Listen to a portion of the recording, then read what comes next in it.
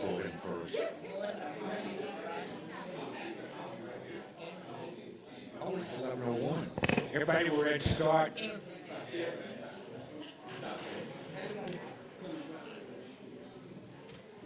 Welcome, Mr. Edwards.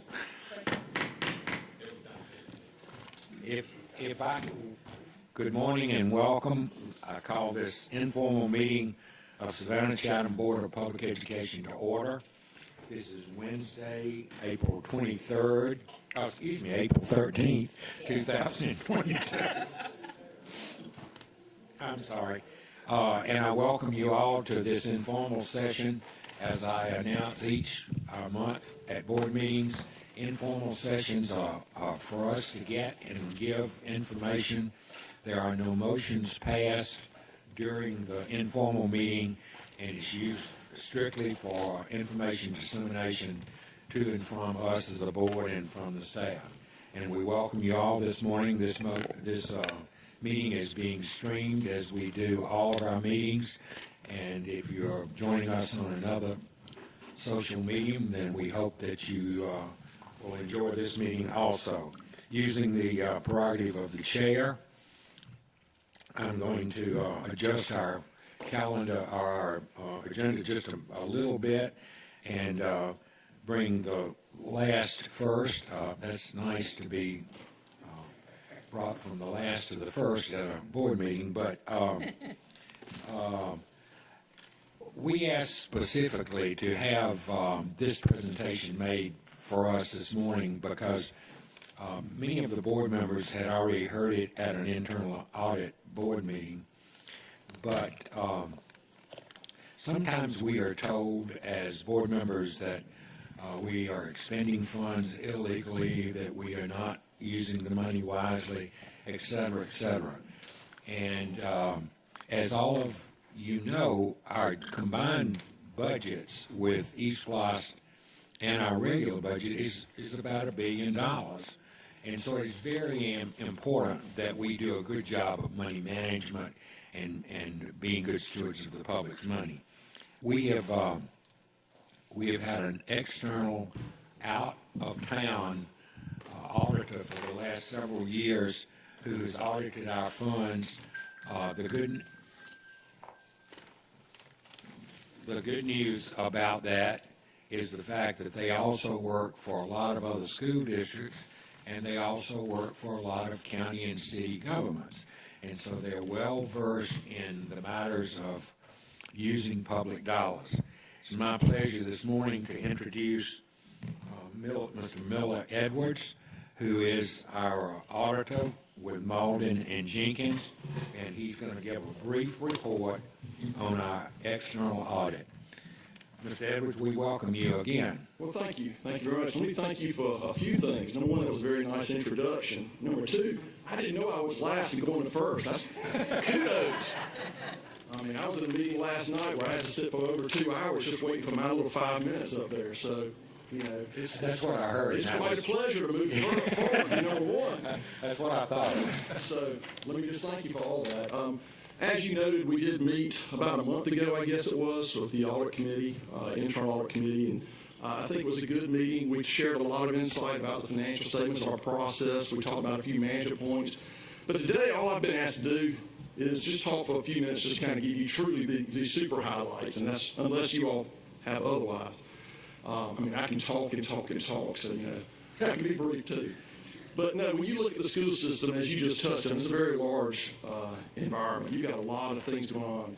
You look at your overall balance sheet, when you look at everything under the sun, y'all are over $1.45 billion worth of assets. Now, of course, I don't want you to get excited and think that's all cash.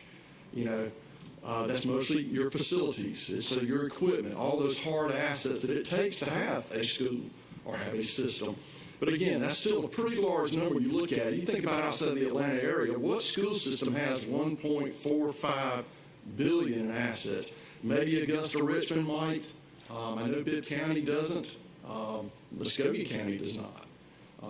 So again, that's pretty large operation. Offsetting those assets, you do have a large amount of liabilities, about $950 million. However, this past year, it's very nice to know, guess what you did? You paid off your general obligation bonds. So you have no bonded indebtedness right now.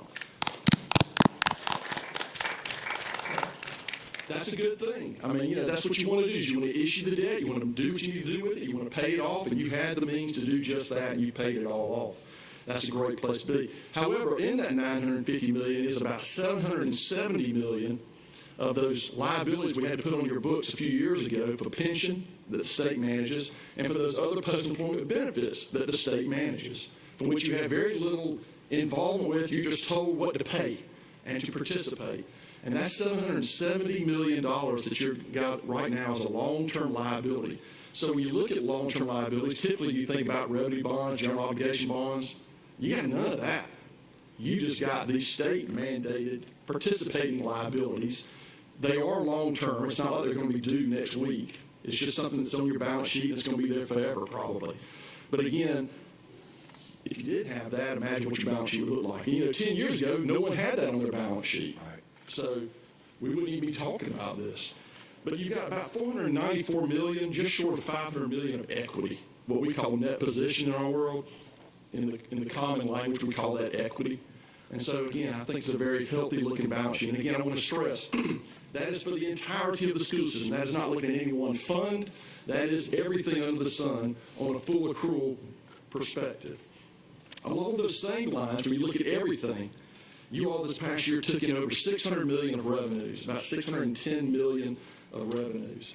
You spent about $579, which gave you a bottom line of $31 million. Now, some people might sit out there and say, why are we making money? Why did we make $31 million? That does not include the cost of capital outlay. You all spent $75 million this year on improving your system. Okay? Let's put this in perspective. Let's go home. Let's say I make $50,000 and we want to build an annex to the garage. I want to buy a new truck, whatever it might be. We have to have the means to do that. The bottom line said I make $50,000. To buy that new truck is going to cost $20,000. I might need to have some excess funds to do that. Okay? In that $50,000 amount that I said I earned, that was not after deducting the truck. That's before the truck. This $31 million that your system earned, you have to have it if you're going to be putting the kind of money you continue to put into this system. Again, $75 million this year. You also had $2 million left on those bonds that you paid off. So those are things that were not expense at the entity-wide perspective under what we call full accrual. Okay? So it's really important that you have that bottom line at this entity-wide perspective. I can't stress it enough. It's real important. When you go to the fund level, which is what you all are accustomed to looking at, of course, the general fund is the heart and soul of every governmental unit, whether you're a city, a county, or a school system. The general fund is where it's at. Okay? Your general fund has about $210 million worth of current assets, meaning cash, receivables, inventory, some prepaids, those kind of things. Things that are either cash or close to being cash. There's no hard assets in that number. It's just those kind of numbers. On the flip side, your liabilities are made up of just things that are like accounts payable, accrued salaries, things like that that are going to be currently due. No long-term debt, no OPEB, no pension, all those kind of things. You ended up with about $135 million worth of fund balance, which is pretty good because that probably represents about 4 months' worth of fund balance, 4 months' worth of operations. That's where you need to be. You're cutting off at June 30th. You got to get through July, August, September. When do property taxes start coming in? November. You got to get through this lean period of time. And so it is important to have a strong fund balance. Another thing I like about your fund balance is not only is it $135 million, but it's liquid. What I mean by that is it's got a lot of cash in there. Your fund balance has got a very healthy fund balance. I can't tell you times I'll tell someone they've got $135 million, only to find out they've only got $1 million cash. It's all receivables. Yours is mostly cash and investments, so that's a great place to be. That says to me that you've got the ability to proceed with all initiatives, not just a few, but all initiatives without having to worry about the seasonality of life. And so, again, that's a great place to be. Your general fund took in over $450 million, almost $460 million worth of revenues this past year. It spent about $397 on direct expenses and transferred out about $19 million to other funds, including that ESOL fund that we've had to move monies to. End of the day, you had about a $41 million increase to your fund balance. I think that's good. I think that's where you ought to be, especially in light of all these things we were just talking about, how you have to spend the funds going forward. You've got other funds like your ELOS, what some people might call the SPLOS fund. It's in a healthy place right now. It's got a lot of funds in it waiting on you all to go ahead and press the buttons on these different initiatives that you got going out there. Again, I think right now, when you look at June 30th of 21, this school system is probably the healthiest I've ever seen it be financially. It looks really good. So, this place is full of first day. Getting applause? Auditors don't get applause. This is very unique. One thing I want to mention is, when we do the audit, we have to look at your federal funds that you take in. By law, any party that has greater than $750,000 in federal revenues has to have what's called a single audit. You all surpassed $750,000. You had about $50 million that came through from the feds through the state to you all. We did do a single audit. We looked at primarily 2 of your major programs. We always have to calculate certain coverages and look at where we need to spend our time. And we looked at your special education cluster, and we looked at the COVID monies that came through.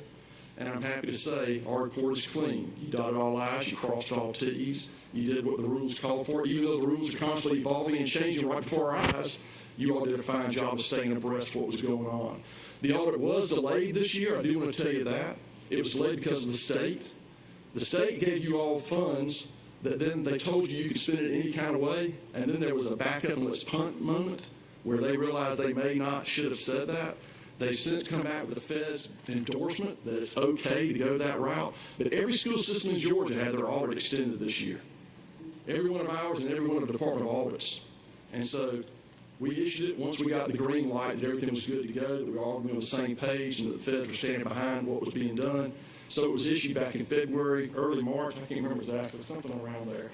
But so again, it was a little delayed, but that had nothing to do with management. That had to do with something way outside of Savannah-Chatham County's Board of Education. So again, I can't think of anything else to give you in this few minutes that I was asked to be here today. I certainly would entertain any questions that you all have. Mr. Cathorn, any other questions? We appreciate you being here, and thank you for indirectly complimenting our financial team and Dr. Levette for the fiscal stewardship.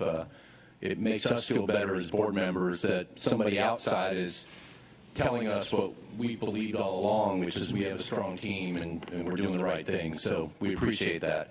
My question is specifically on fund balance. What are you seeing in your experience?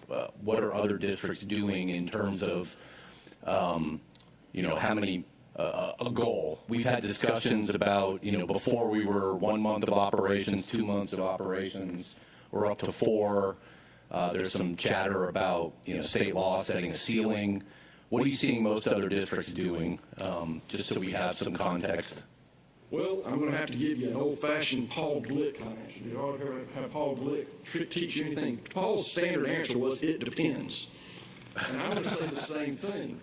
It depends on your initiatives, okay? Let's just pretend you're out in rural Georgia, rural Alabama. There's no population growth. We had a new school built 10 years ago. We don't have anything really on the horizon that we need to be ready for. Then you can just get by with a couple of months fund balance.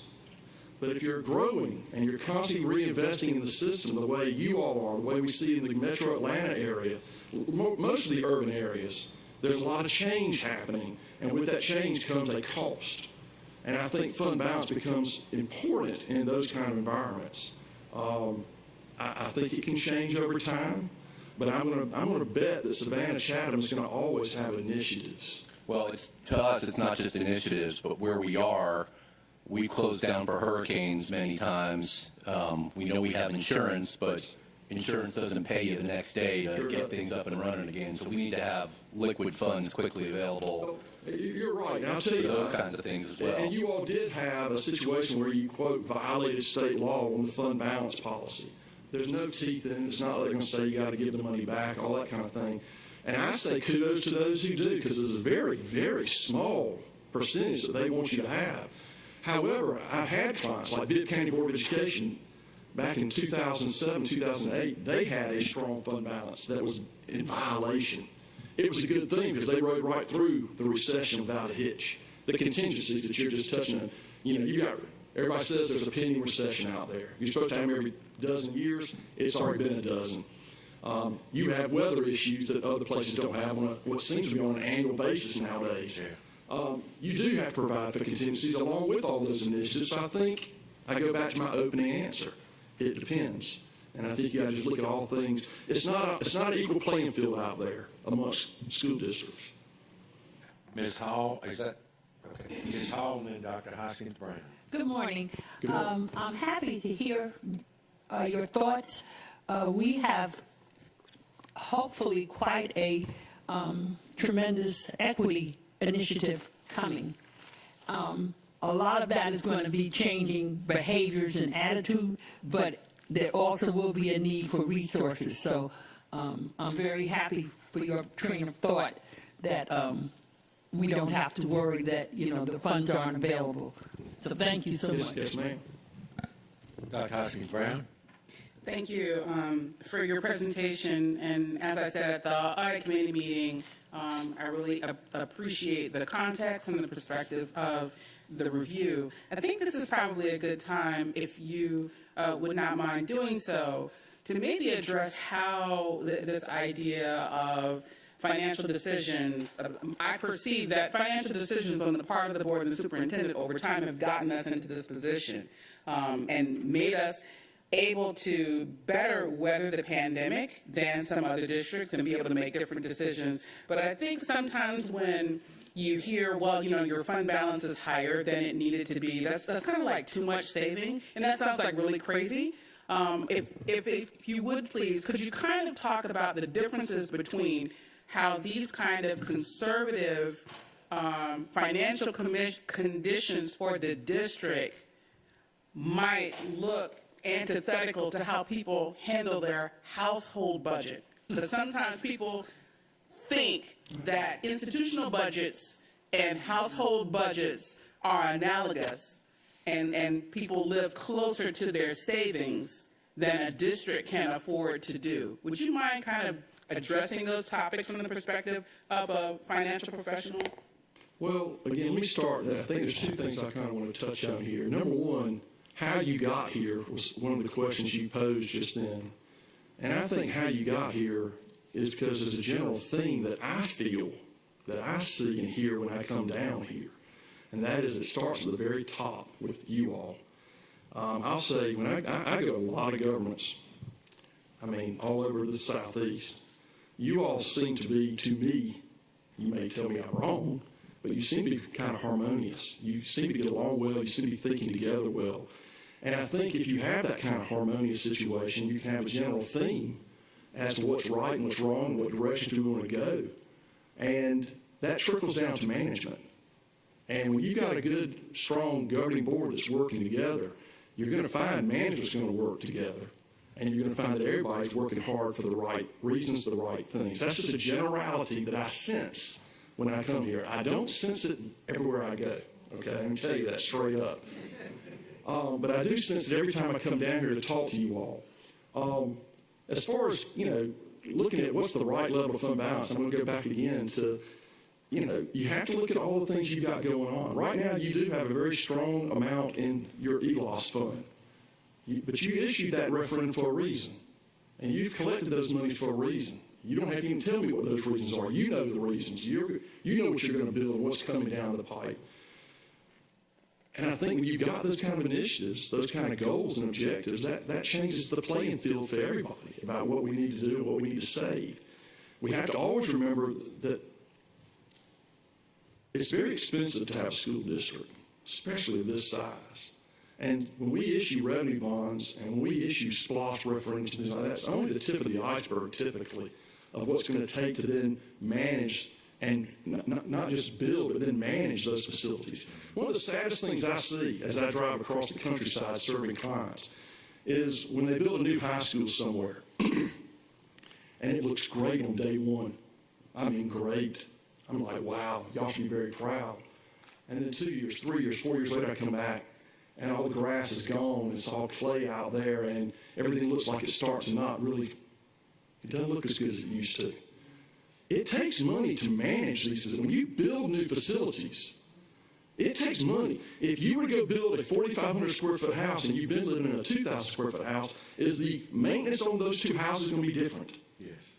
Okay, it's the same thing when it comes to a school district. When you enhance the facilities and you build these facilities, you have to have the wherewithal to then maintain these facilities.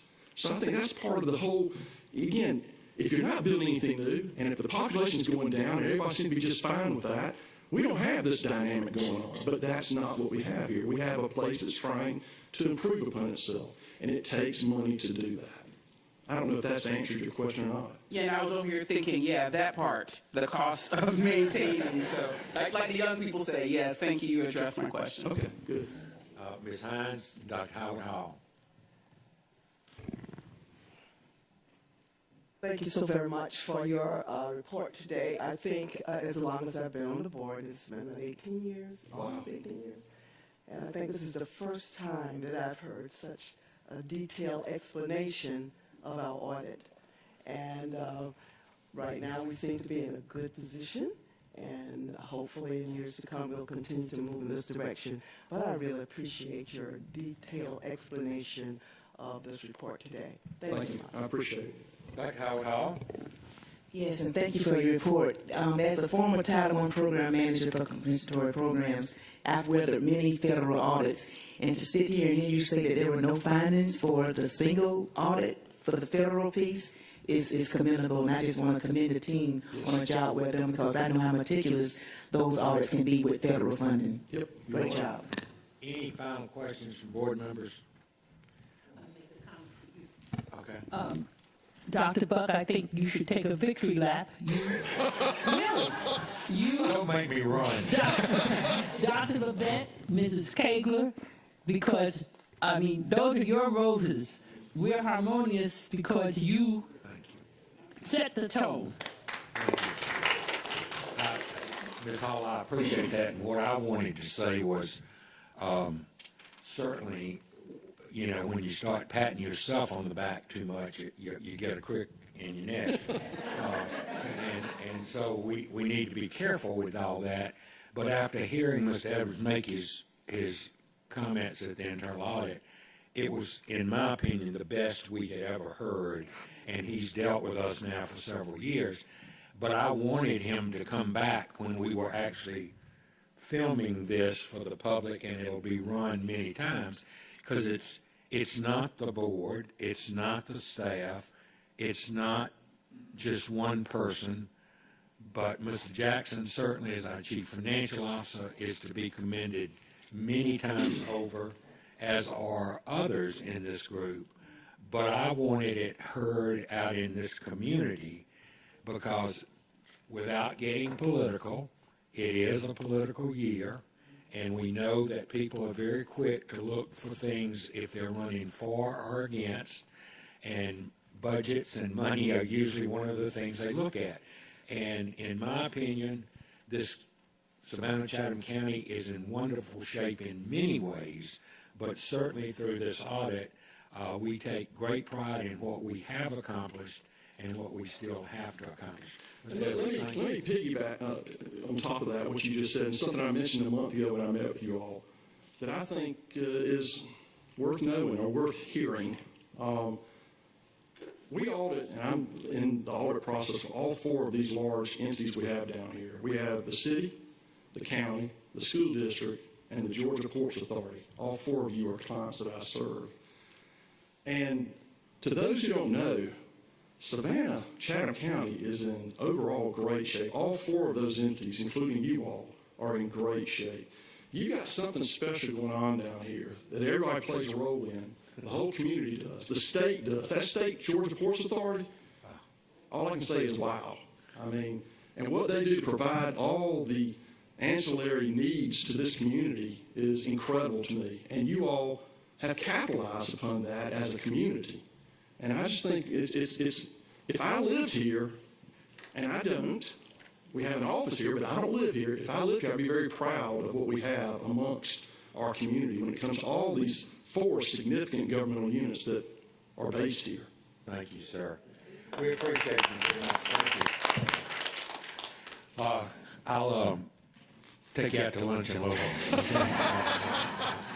Thank you, Mr. Thank you all. I Thank you appreciate very it. much.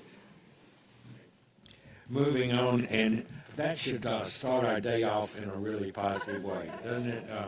And I have to say, as he leaves, one of the things that was most impressive to me at the internal audit, and what he just said again, was the fact that all of our agencies in town are in great shape, and that makes me feel good as part of the larger team that we're part of. So have a safe trip, sir.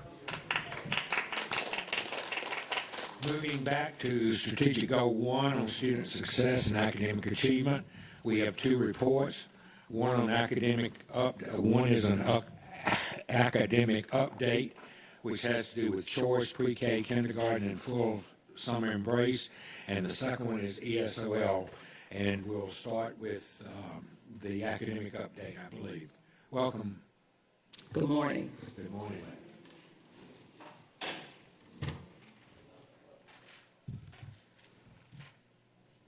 The following pre-K numbers are fluid, which means they change daily, even minute by minute. We have 1,146 students seated and 340 students on the wait list. This means that 340 parents apply for pre-K slots that are now full.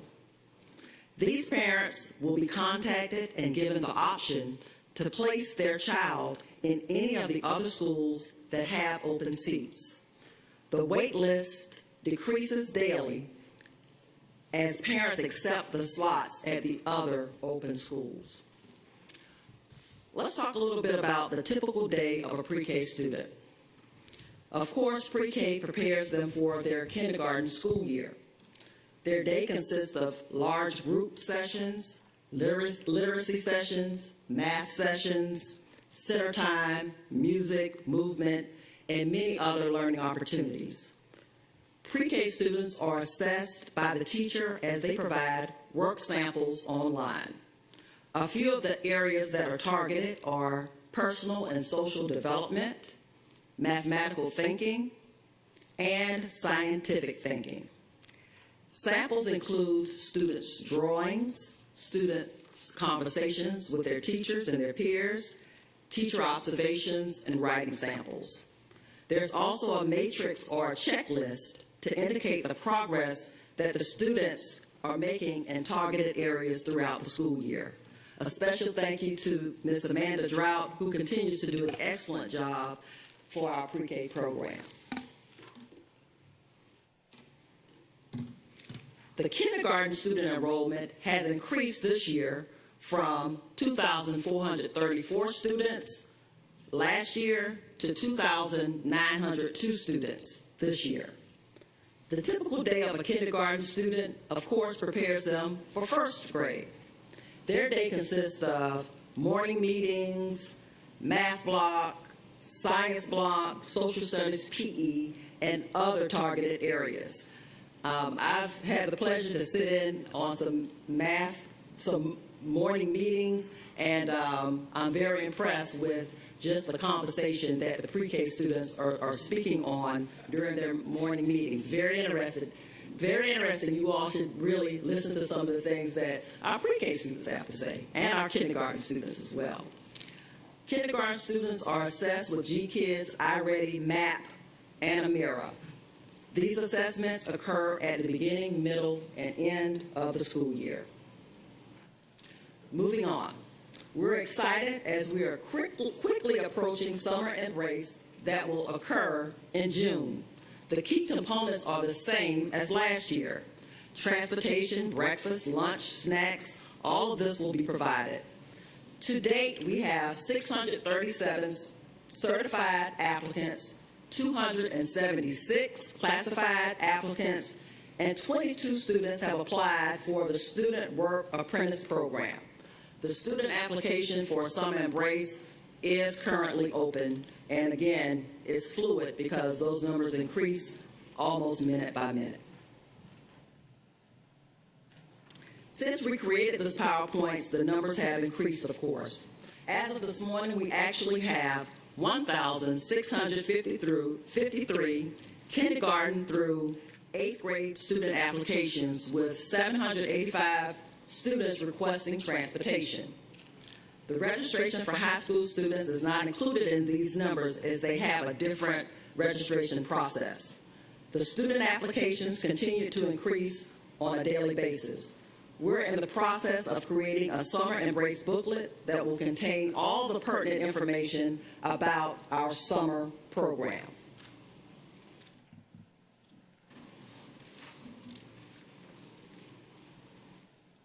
Good morning. Morning.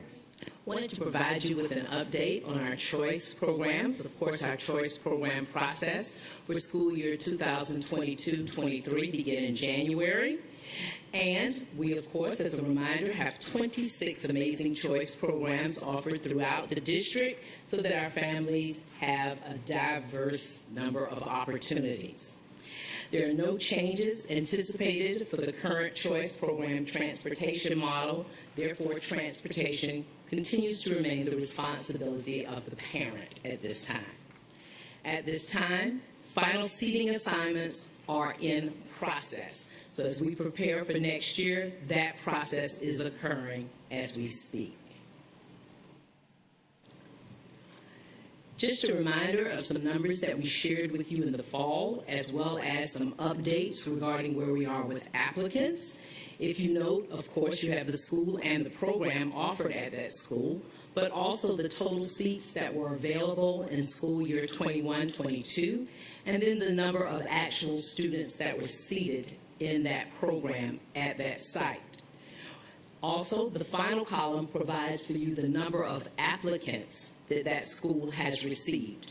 And currently, we do not have the number that is seated because that is still an ongoing process.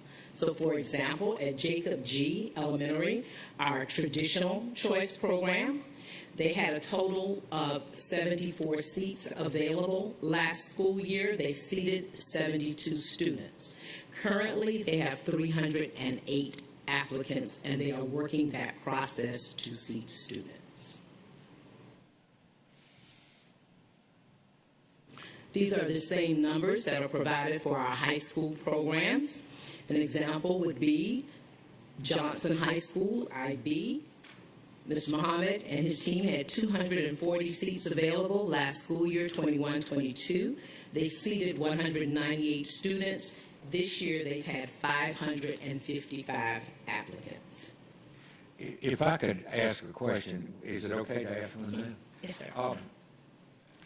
Perhaps because it's a new building, et cetera, when I'm out in the community, I continue to get asked about why the Jenkins High School engineering program cannot be larger. What would you answer to that?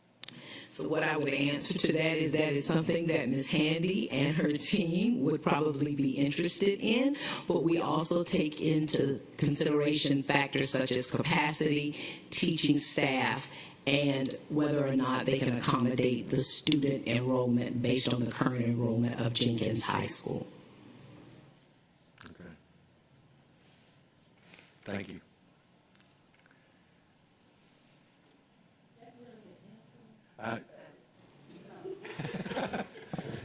Ms. Ball Oliver, if we determined that that would be a great thing, couldn't we do things to help Ms. Handy create the environment she would need to enlarge it? I'm going to defer from a facility standpoint to the deputy superintendent, but from a programmatic standpoint, we would definitely be open to exploring that. From a facility standpoint, we would need to reach out to Ms. Miller Kegler and her team, but definitely we want to help them grow if they have the capacity to do so. Mr. Cashmore has his hand up. Don't we need to make sure neighborhood zone kids have seats first before we fill?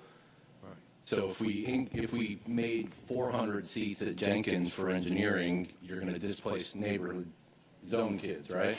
So yes, A lot of those own kids could be in engineering. Well, if they want to. Well, If they want to. So I'm let me- sorry, I did not mean I'm to. sorry. So I might need to provide some clarity around that. These are the outside applicants. This does not mean that zone students are not also a part of that program in Jenkins High School. So when you see the total seats available, those are the total seats that Jenkins High School had available for students outside of their attendance zone. I'm sorry, maybe I should have provided clarity around that. And then they seated out of zone 86 students. It does not mean that's the sum total size of their program, because they also have neighborhood students in that program as well in Jenkins High School. That would be a good column, I apologize, but a column that says the total size of the program in addition to the seats there. And we can add a program capacity column, so that you know Yes, how many. program, yes. Ms. Grabowski and then Dr. Brinkman. So I know you probably didn't mean to open a can of worms, but this is actually one of the questions that I asked in advance when we received our packet was, it's no surprise that we constantly see numbers at many of our choice schools where the number of applicants far outweighs the number of seats available. And I understand we have to look at building capacity and staffing and so forth.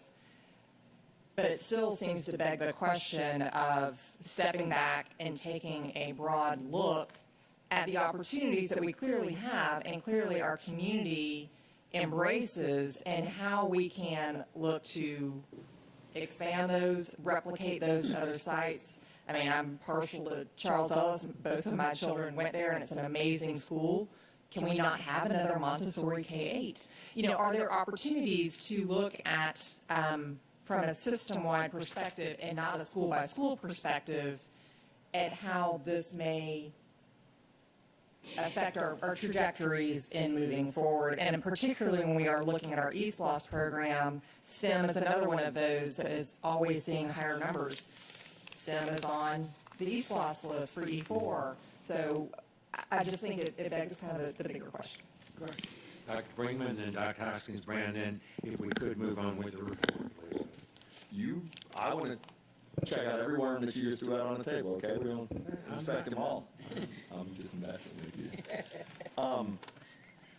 Am I wrong to think that these can definitely be duplicate applications as well, because a student could have put down 3 of these schools in their application, or each one of these a single, they didn't meet, because somebody can put down 3 choices, correct? So they could have Johnson's a choice, Savannah Arts is a choice, and Woodville Tompkins is a choice. You are correct. And so the ends on there also are not 500 individual separate students from the other 500. So one of the things that would be nice to know once everybody's seated is how many students that are, and families that are looking for choice in both elementary, middle, and high, how many of those are left over? Because I think once we're seated here, who knows what the true application number is off of this chart. A lot of these individuals might get one of their choices. We're just seeing how many people actually chose that school, but they could have put down all of them. They could have put down, they had exactly 3 choices, as you said. So they could have had a first choice, a second choice, and a third choice. And if they did not get seated, of course, at their first choice, they may have gotten their second choice. And then what's left over, for want of a better term, would be based on the wait list. So now how many students are waitlisted, because we do have wait lists for these programs as well. Thank you. Dr. Hoskins-Brand and then Mr. Katz. Thank you. I just want to kind of address the idea of expanding STEM capacities at Jenkins to address demand. We have 6 STEM or technology choice activities. We have a STEM corridor that goes all the way from beach all the way to the islands. So those options are available at least 4 schools across an east-west area, not even looking at what we have available at Windsor Forest here. I think that it's very important to maintain the complexion of Jenkins as it exists academically. I think that it's not a secret that in the community, folks wanted to have a STEM high school to go to, just like they have an arts high school. And I'm really opposed to the idea of creating one high school where everybody who is at Bartlett wants to send their kids, I don't see the same need for what we did at Savannah Arts, where everybody wants to go to Savannah Arts, not everybody, but many people want to go to Savannah Arts and manufacture an arts interest in their child just to get their child at Savannah Arts. I don't want to see that happen at Jenkins, and I don't see that we have not provided those STEM and technology career options across the district. And so I think before we start talking about expanding what we do at Jenkins, I would like to see what is the demand at Jenkins for the neighborhood young people, what's the demand for the engineering program itself, and then what actually, STEM is huge. What is the demand in STEM that the community wants, and what's the investment? Do we really have 500 people sitting out there chafing at the bit to be in engineering, or do we have 500 people out there chafing at the bit to get their child at Jenkins?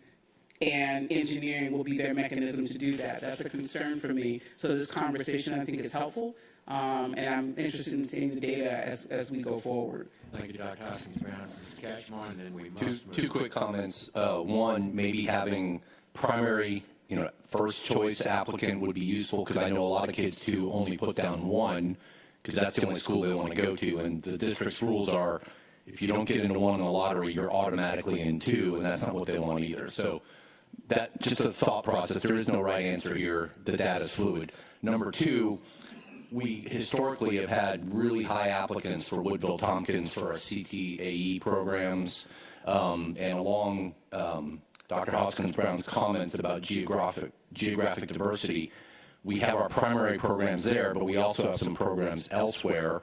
But I've heard from community members as well that I wish more of our high schools had more CTAE offerings. And so expanding, looking at expanding that at various high schools and not centralizing it would be useful.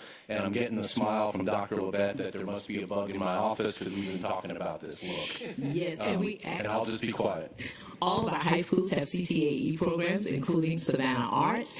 And just want to remind the community that Savannah High School is a career tech high school as well. And so there are opportunities there, as well as they are part of the MSAP grant and are working along with Hubert and A.B. Williams for STEM certification. But you just have 3DE and law down here. This slide does not include their career tech program. Thank you for noticing that. I think we left MSAP off of Savannah High. But that's where their focus will be with their career tech program as it relates to their certification for STEM.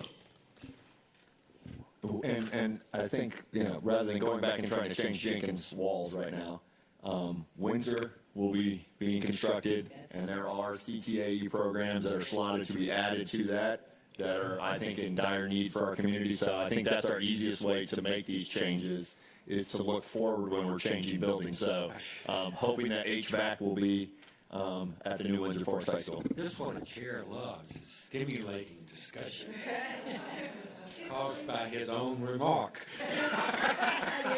Can we move on now, please? I like it. So just wanted to update you that annually our principals do discuss and review our choice program offerings as well as entrance criteria. So in response to the changes that we saw in our choice programs due to the COVID-19 pandemic, we do have a principal focus group this year that was convened formally. It includes elementary, K-8, middle, and high school principals, as well as our district choice coordinator. They're focusing on a student-centered approach, innovative approaches to providing instruction and opportunities and experiences for them, as well as they're looking at research to guide this process. To date, that team has had 3 meetings, and they are continuing to discuss the growth and improvement of the choice program offerings. The topics that have been discussed in those meetings include annual review of the choice entrance criteria, a review of the performance and program rigor for each of our choice programs, and then the transportation impacts. That might ought to be number 1.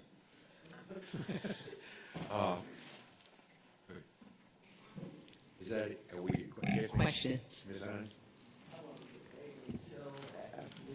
questions at first. I just thought that way. If we could move back to the frame with the choice programs for A.B. Williams, Charles Ellis, I think that's 7, yeah. Okay, but the question I have down here, I just looked at the numbers yesterday, and I looked at the program the healthcare program that is offered at, is it Hodge? And my question to this, and probably a couple of the other schools as well, what can we do going forward to engage our students? And I'm sure we'll have to somehow get our parents as well on board too, to increase their interest in the healthcare area. This is an area that is not going away, and as long as we have spring-ups, quote-unquote, of COVID, you're going to need folk coming into this area, and you have so many nurses and doctors and all of those folks leaving the field.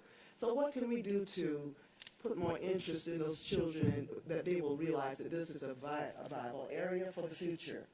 So I think for our younger kids, one of the things that was started this year that Dr. Levette started, and our Dr. Lewis, our CTAE Executive Director for Office of College and Career Readiness, was the Kids Biz. And if you had seen the opportunities those young people had to engage in all of our programs, but especially the healthcare, when they were trying to actually do CPR, as well as, of course, the Teddy Bear Clinic is a favorite for them during our expo time. I would like to share with you in relation to Hodge that last year they had 18 seats available. This year we've seen an increase. They've actually increased that number to 60 seats. So we did see an increase for this year. They have 60 seats with 63 applicants. So there is an increase in the number of seats there as well. To partially answer your question at a little bit different level, Mr. Hinchy at St. Joe County, Right. Because of the desperate need for certified technicians in healthcare, they are opening up a whole new program for 70 or 80 to provide that training immediately, which our beach area should feed right into.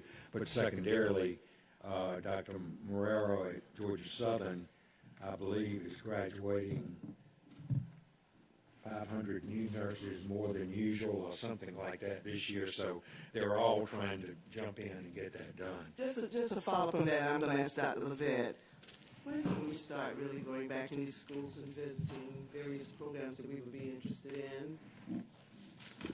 Good question, Mrs. Hines. We have had board members already visiting and other community folks, so we just asked that we notify the principals so that if you wish to go and visit a school, that you can do that.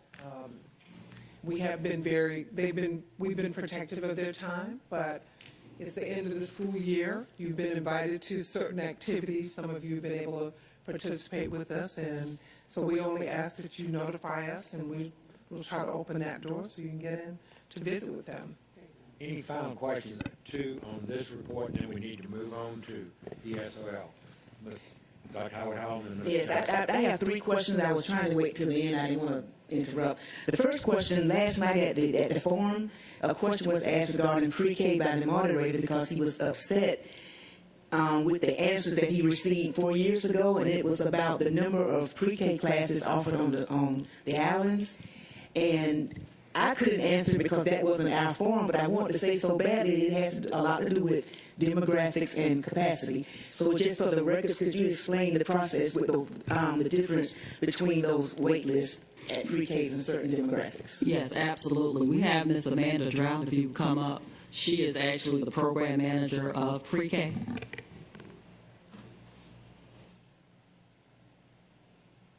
So, good morning. Good morning. So, your question is, not question. Yes, the moderator was quite upset with the wait list that we have on schools on the islands, such as Marchcorn and May Howard, as opposed to other schools in town whose wait lists are not as long. And I couldn't answer the question because it was for the candidates for president, but I do understand that it has a lot to do with capacity and demographics. So I just wanted you to kind of expound on that, so for the record, so people can understand why wait lists are longer in some areas as opposed to others. Yes, ma'am. So May Howard, Marsh Point, and of course Oakland Island. The two, May Howard and Marsh Point each have 2 classes, and Oakland Island has 1. And we typically do fill the seats there with, long wait lists. And that's a parent choice. They are allowed to pick 3 schools per application. Many of the children sitting on those 3 wait lists are from out of zone. So when the lottery runs, the zone school gets, the children in that zone gets first priority, and they're seated. And typically at those 2, Marsh Point and Howard, we do fill those seats with zone kids. So, many of those parents are sitting on those wait lists, but they're also sitting on other schools' wait lists. So my job is we contact these parents and we offer these seats at the other schools. And that's what I've been doing this week is, where the wait lists are open, we're filling seats as fast as we can. The next question is, I noticed the wait list for Woodville Tompkins is, extremely high as compared to Savannah High. And since they have similar pathways, what are we doing to try to inform parents that in the event there aren't any openings at Savannah, Woodville Tompkins, they can also participate in those same pathways at Savannah High? So, and remembering that 765 may be from their first, second, that may be a duplicated number, but that's a good point, working with our choice team to reach out and let them know that there are these other pathways offered at Savannah High. So make sure I'll circle back to the choice team and share that information. Okay, because their second and third choice may have been something other than that option. And then final question for Savannah early. May I just interrupt too? I think it's really important to note there's a strong difference between the entry to the Career Academy at Savannah High and the entrance to Woodville. Yes. Woodville requires that you have at least a B average to be admitted to the Career Academy. There is not a grade point average required for Savannah High. So you can be in culinary at Woodville in order to get in, you have to have a B average. You can be in the same strong program at Savannah High as you have experienced, and you do not have to have a B average to get in. So this report does not reflect those Career Academy programs at Savannah High because there is no special application that you must submit. But there are programs, there are students actively enrolled in the programs at Savannah High School. It is not a choice program. The 3DE program at Savannah High is a choice program. The law program is a choice program that we are phasing out. The only choice program at Savannah High is 3DE. But there is a career academy at Savannah High. Engineering, culinary arts, just like we have at Woodville. So that's an important distinction. Yes. And then the final question with Savannah Early College. It's a small population with the applicants. Are we working on something to try to increase that population for enrollment there? Yes, we are, and we absolutely are. We have worked with some parents that have called individually and some who may be that's their second choice and third choice. So she's working to see more students. Awesome. Mr. Johnson, and then we're finishing this report. I know I ask this every year. I would love to see New Hampstead on this list for choice programs. As y'all know, I've asked this every single year, and I see Dr. Levette smiling over there like I bugged her office as well. So I'm looking forward to seeing what that might be in the future. Yes, sir. Any other final comments? Dr. Buck, can we just ask Dr. Levette a question? We smile because I think Mr. Ketchmark understands that I know my office is bugged. Mr. Johnson. Well, see, Mr. Ketchmark said it first, but Mr. Johnson picked up on it. I think every move we make is not always chronicled or reported, but we have been working with Mrs. Foltz and her staff to look at a cinematic studies program, which they have an intense interest in. And we think that we have come up with a model that we may be able to implement at New Hampstead. Of course, we are also working with Mrs. Kegler and her staff because space is an issue. But we are excited about being closer to having a program that we know will invite many, many students to New Hampstead. The issue is capacity. So we have to work out those pieces. It will require additional staff. It will require some stronger partnerships with the Film Institute at Savannah-Chatham and also the Film Office. We have relationships with them as well as the State Office for Film. So things are rolling. We just have to figure out, like, how do we include all of that and entertain new students. Our first objective would be to engage students who are already enrolled at New Hampstead. I just met with the students last week. They are excited about it. The classes that are there are already full. They're full every semester, but we would like to have more students involved.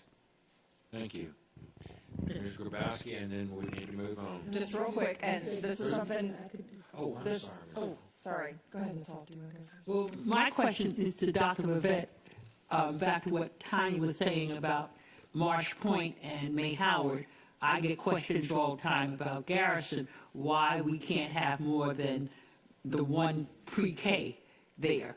And I guess, Ms. Stroud, as long as we have other schools that have openings in pre-K, then we will not try to expand pre-K at these schools where we have the long waiting list. Is that right? Is that what you're saying? Or is there a capacity reason that we can't expand our number of pre-Ks at some of these schools? Yeah, it's all about space and capacity. I mean, if we had the room to do it, we would definitely, add additional classes. But at these specific sites, we'll look to see the space availability and see if there's a possibility of us, adding more pre-K classes.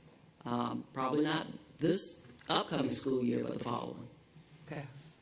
Ms. Grabowski. Just very quickly, and I made this comment last year, I would love for us to evaluate our process, our choice school application process, so that we don't, because right now, as Mr. Katchmore mentioned, you have a lot of families who put down one choice because right now, if they are waitlisted on their first choice, if they get into their second or third, they lose that option. And I know that there are ways to be able to do that from an administration standpoint. So I just think that's something that would be valuable to evaluate. And our team is working on not only just the criteria, but looking at the entire process to include the application this particular focus group will. Thank you very much. Thank you very much for a really, obviously, interesting report. We appreciate you. And now we've got... I'm sorry. Not sure. Ms. Stacy Jennings had one other piece to share regarding Summer Embrace. I'll defer to Dr. Levette so that we just leave you with a clear understanding of how powerful our program was from our stakeholders, a teacher, a parent, and a student. Try to be quick.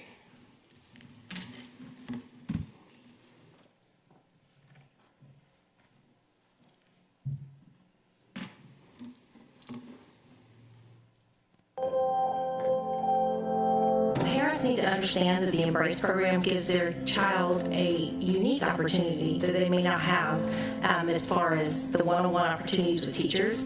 I'm able to do one-on-one a lot more during the summer than I am during the school year.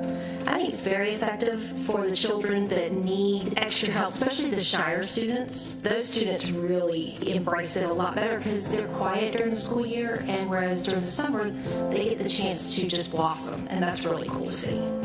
Kids, like my son, he is kind of shy, bashful, quiet, doesn't come out. He felt very comfortable, knowing, the kids that were going to be there and the teachers that were going to be there. It was a thorough experience because he was familiar. And the other benefit I had was I had no cost out of pocket. For academics, we had English, and we had math, and some social studies and science. And for fun, we had the camps, which were a lot of fun with the kids. My connections were cooking lab, math, PE, STEM, and art. Last year's summer embrace program prepared me for the next grade. What a cute little boy.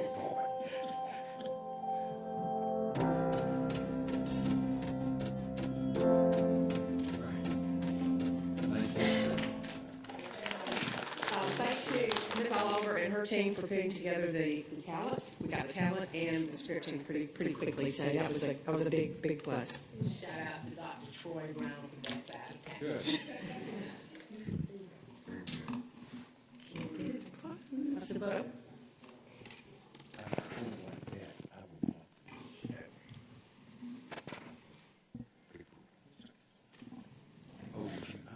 I just wanted to say real quick, we're doing a great job of being more proactive of sharing our message like this, and I just wanted to say thank you, because this tells a story better than a conversation one-on-one a lot of times, so thank you. Dr. Buck? This Embrace program may end up starting a radical idea that maybe we need to go to year-round school. Just saying. Finally, after 10 years, Beaufort County Schools in South Carolina, I fought so hard over there. Finally, 10 years later, they've gone to year-round school. Thank you. I need to take a phone call. Dr. Howard Hall, if you would preside for just a moment, let me get this phone call. Go ahead. Ready? Okay. Good morning, everybody. I am so excited to be here today to talk to you about English speakers of other languages and introduce you to our English language learner teacher, Miss Michelle Torres. She actually joined our team at the beginning of this school year, and she has hit the ground running. And I know I told her just a minute ago, I said, I can't believe it's just been a year since you've been here. But she took over the role from Charles Neidlinger, who had done it for many, many years when he was promoted to assistant principal. So you are in for a treat today. You've had a lot of good news this morning, but I think we're going to end with some very good, uplifting things that are going on with our ESOL programs.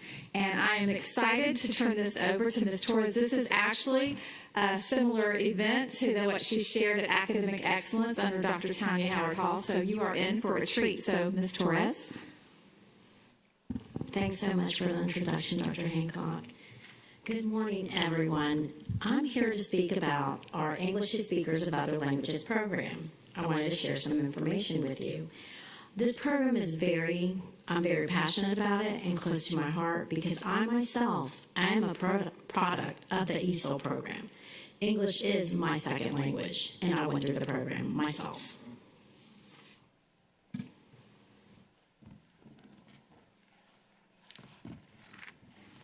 Georgia's ESOL program operates under several federal and state laws, as well as State Board of Education rules and local district decisions.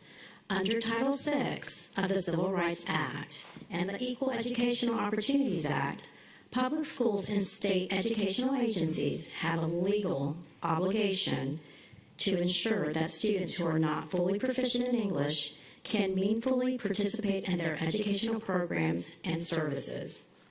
Schools are required to develop and implement an evidence-based language instruction educational program, which allows English language learners, ELLs, to access grade-level core curriculum to succeed in the general education classroom.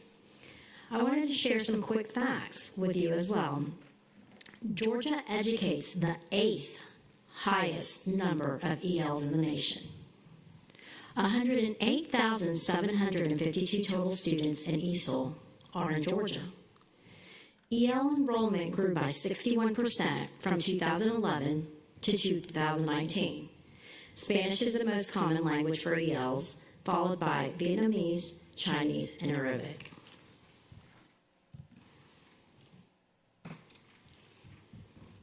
I now wanted to share the purpose and the goal of the program. The purpose of the ESOL language program is to provide English language development instruction and language support services to ELs, our English learners, for the purpose of increasing their English language proficiency and subsequently their academic achievement. The goal of the program is to increase both English language proficiency and academic language proficiency in content area subject matter. The 4 domains that the ESOL program focuses on are listening, speaking, reading, and writing. This bar graph reflects the current number of ELs in our county, which is fluid. The top 4 ESOL schools with the largest amount of ELs are Gould with 271, West Chatham Middle School with 209, Garden City Elementary with 202, and Hess with 194. And our numbers continue to grow every day. As we know, Port Wentworth is closing, and their students will be assigned to Brock, Rice Creek, or Garden City. Brock EL students will attend the designated ESOL cluster site of Rice Creek. Garden City already is an ESOL site, and so is Rice Creek.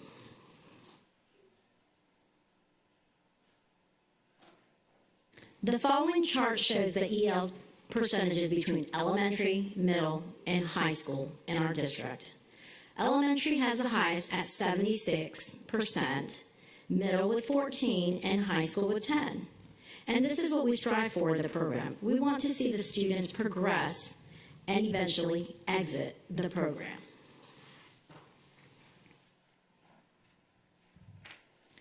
The next slide is a representation of the languages represented in our district. Spanish is our largest population, followed by Farsi, Dari, and Persian students, which we've had an influx with our current incoming refugee population.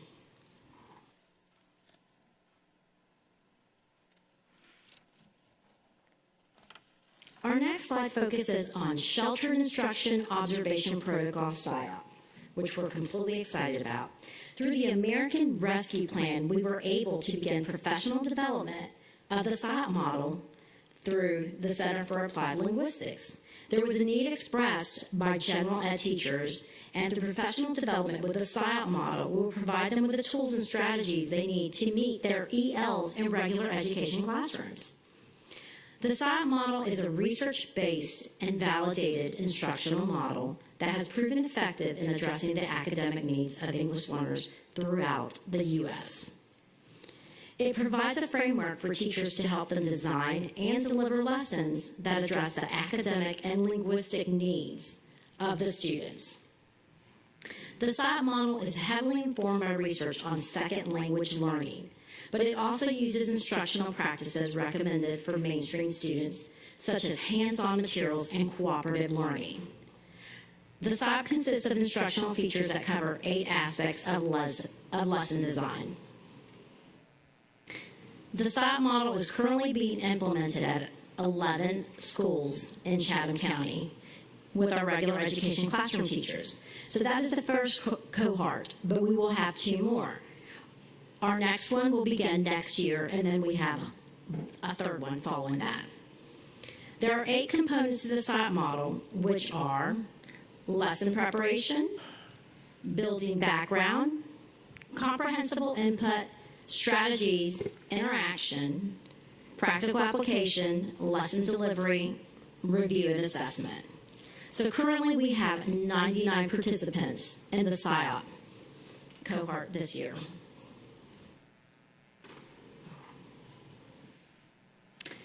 And we're very excited about this as well. We applied for the IAL grant, which stands for Innovative Approaches to Literacy Grant. And it is from October 2022 to September 2027. We were awarded $781,257. I'm so proud of that. Thank you. Is that federal? Yes. The IL teacher specialists will be hired and funded through this grant. She will scaffold support to schools and communities through the All Aboard the Reading Express by providing grade and language appropriate books for the home, providing training materials in multiple languages for the parents during family engagement events and pediatric child visits with our partner with Curtis B. Cooper, funding the acquisition of language appropriate books to expand school libraries to make them more diverse.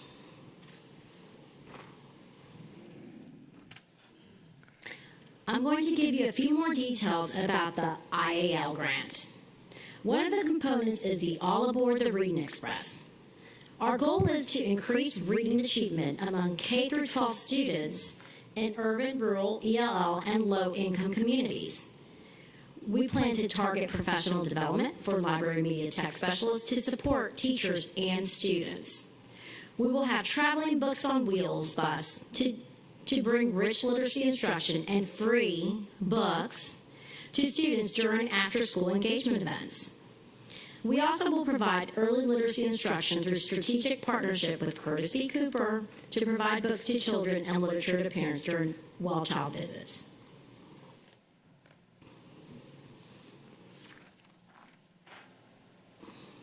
Since I last presented to the Academic Excellence Board Committee, a lot has happened.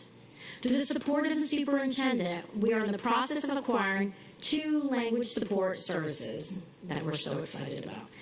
One will provide all of our federally required notifications in numerous languages, and the other will provide on-demand interpreting in more than 240 languages within 5 to 10 minutes of contacting them. These language support services are currently in the purchasing department, working its way through the process, and we hope to have it on board soon. We are so appreciative and fortunate to be bringing this to our district. Good, all right. Good.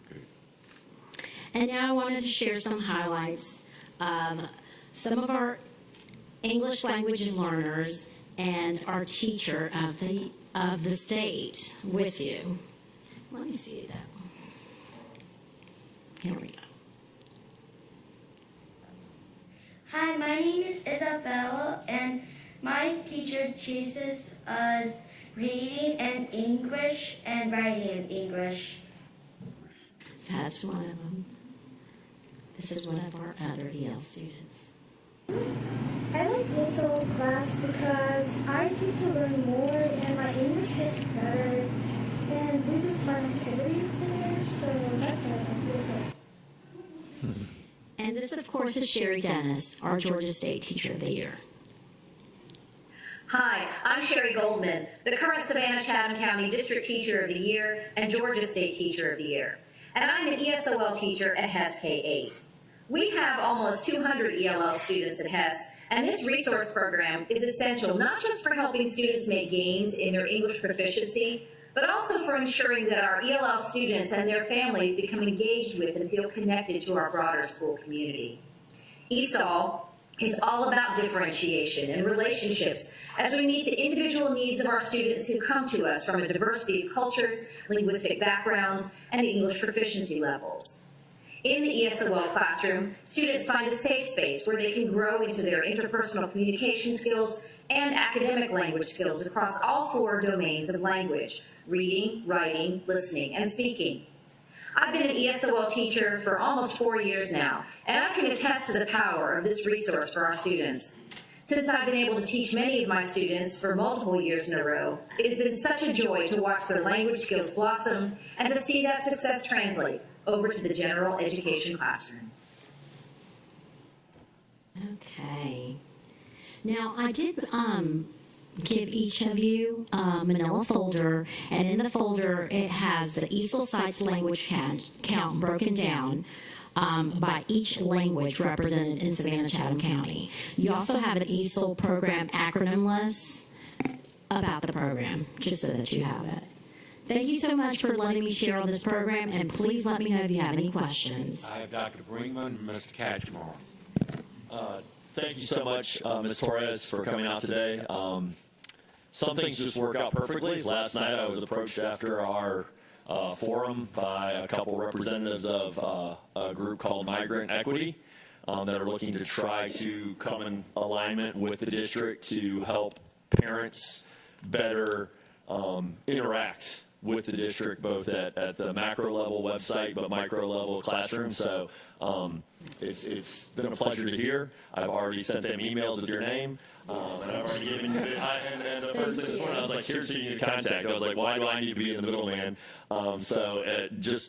It's wonderful to see how things sometimes just come together perfectly, and I'm sure I told them to start watching, and you just said exactly what they would need to hear on some of those translator services and the other services that are waiting to be disseminated in our district. So thank you again for all your hard work. Thank you. Yeah, thank you as well for the excellent report. When I first came on the school board, I told people the hardest thing to do is figure out all the education acronyms. So this cheat sheet is like fantastic, so thank you. And we've come a long way in a decade. We're much more proactive and diverse in our offerings and our responsiveness, and I keep it up, so thank you. My question is, do we get a heads up from the federal government or state government when we know refugees are heading our way? I know there's active programs to bring people into the United States and help them settle, but do we get a heads up, hey, we're sending 300 Afghan families to your region, or et cetera, or is it more we find out and we have to scramble and kind of respond? How does that work? As they arrive, they are inputted in their government system, and we work closely with Inspiritus, and we have a method in place where I'm working with social worker, Ms. Penny Maggione, and I'm also working with Ms. Kimberly McGuire, which is a counselor, just to make sure it's a smooth transition, and the person who is over Inspiritus, which is Alexis. And we work together as a unit. We have created a spreadsheet where we know the students are going, what records we have, if they have interrupted school learning, and how to place them. And creating a entrance test for high school, because that's the biggest challenge in knowing how to place them. So, yes. Ms. Hall? This comment is for all the people in the room who only speak English fluently. I often wonder, and I'm not going to call us stupid Americans, but I just wonder, as Americans, do we realize that we're raising all of these children who are going to grow up to be bilingual and trilingual adults, as so many others around the world? Yet so many of us sit here and all we can do is speak English, so we don't need to feel puffed up or anything that everybody's trying to learn English, because that's all we can do. So it just makes me wonder, what about our foreign language programs? Are we doing programs that are so intense that we actually graduate kids who are able to speak Spanish or Vietnamese the way Ms. Torres can speak English? So it's just something for us to think about, and not, these kids, they're getting to learn, that's so good. We're the ones who are at the disadvantage and illiterate, yes. Ms. Hall, I've always taken great pride in the fact that I was bilingual, that I speak English and Southern. And so, for anyone who didn't get to the Jenkins High, not the Jenkins High School, River Cuddy, the graduation ceremony for our salutatorians and all, Dr. Joe Buck, our president, stood there and told us that when he was growing up in Alabama, his telephone number was 8. Not 878. 8, and that is the truth. So we've that come was a not long a party way. line. Ms. Grabowski. Trying to get us back to the presentation. All aboard the Reading Express sounds fantastic. Can you clarify? Is that a resource that will be available in your notes? It says urban, rural, ELL, and low-income teachers and students. So this is not just for ESOL students. This is for a broader range of our students, is that correct? Yes, books will be free to all children that attend the events of the All Aboard. So it's not just going to be limited where the books are just for ESOL students. Okay, I just wanted to clarify that because I think it's important and it's a great tool. Sounds fun. But it is focused on the 11 ESOL cluster sites. Ms. Hines? And I will add, when it goes into the community, into the health facilities, that's for all children. Thank you, as always, Flores, for your report today. And I wish we would have had some of these services earlier when I was a teacher in the classroom. But nevertheless, they're here, and our children will benefit from it and keep up the great work. Thank you, ma'am. Thank you so much, Ms. Hines. Johnson. Yes, first of all, thank you for your report during the Academic Excellence Committee that we had, and also for today. Say, for example, I'm a third grade teacher, and a student from Afghanistan just enrolled in my class does not speak any English, and I know that they have the pull-out model that they receive ESOL services maybe 50 minutes per day. So what does PSYOP look like for that teacher who doesn't have the necessary skills, or she doesn't understand that child's language? What does that look like for that teacher to assist? We have PSYOP coaches that meet with the teachers or an entire staff, like at a faculty meeting. If a teacher has a concern on, I am struggling with vocabulary or fluency or phonemic awareness or writing skills, we can reach out to these coaches, and they have like a professional development, not only for that one teacher, but they can't do it just for the one teacher, and provide her with strategies or scaffolding or tools that she needs to help that student. So PSYOP has been great, and it's our first cohort, and we have 2 more to go. So I'm hoping we get those tools and strategies we need for the regular education classroom teachers.